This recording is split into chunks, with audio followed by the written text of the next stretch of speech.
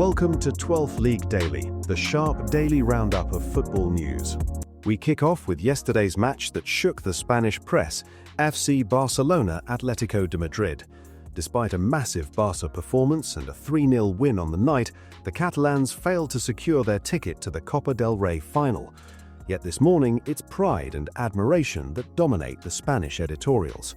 For Mundo Deportivo, Barca played like champions and delivered one of their most complete performances of the season.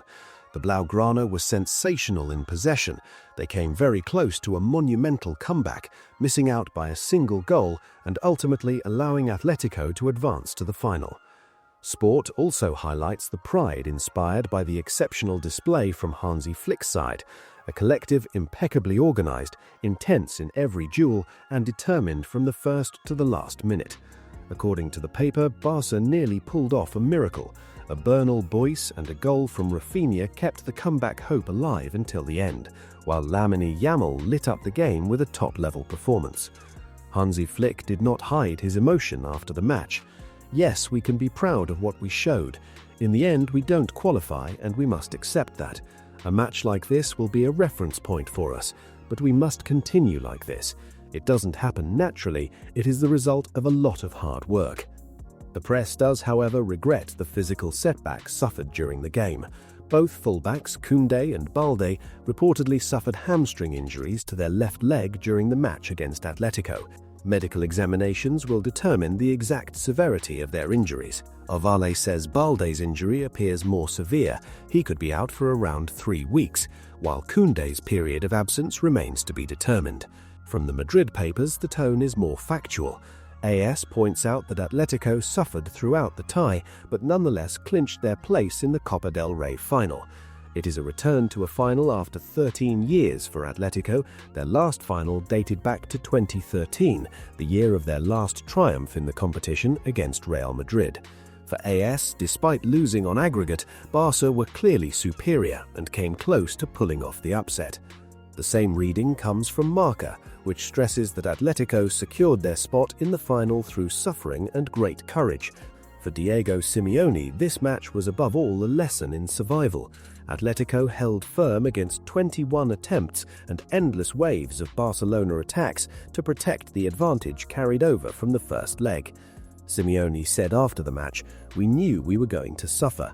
We had chances in the first half to kill the tie, but then they scored the second goal and we had to suffer and resist. The team did what it had to do to get through." Another piece of news making big noise in Spain is the serious injury to Rodrigo, Real Madrid's star. The club confirms an anterior cruciate ligament rupture as well as a rupture of the external meniscus in his right leg. The injury occurred only 11 minutes after his entrance at the 55th minute of the match against Getafe, tragically ending his domestic season. Dramatic consequence, he will not be able to take part in the 2026 World Cup. On the other side of the Alps, Corriere dello Sport puts Massimiliano Allegri on its front page, presenting him as Florente Perez's new potential target.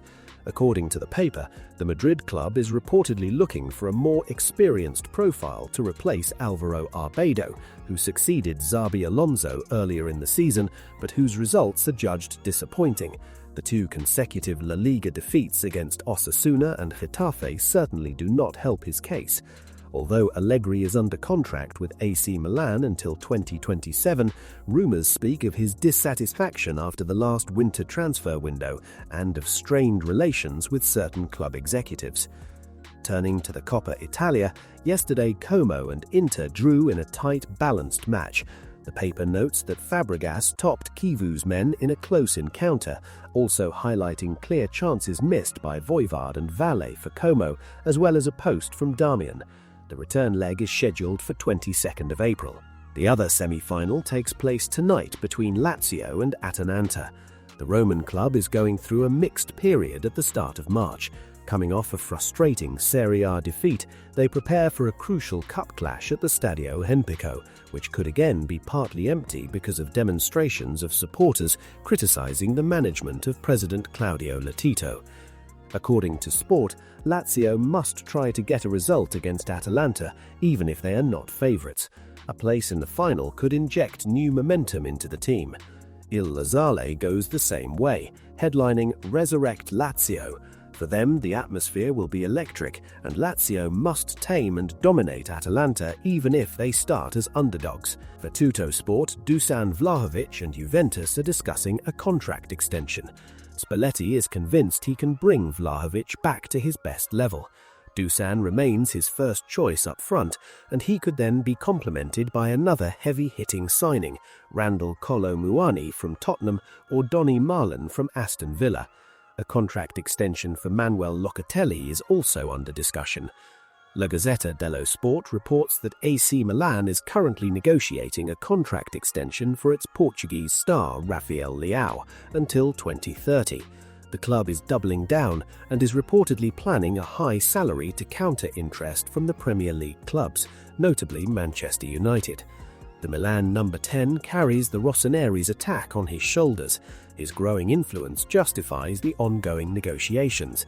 He has 9 goals and 2 assists in Serie A from 20 matches.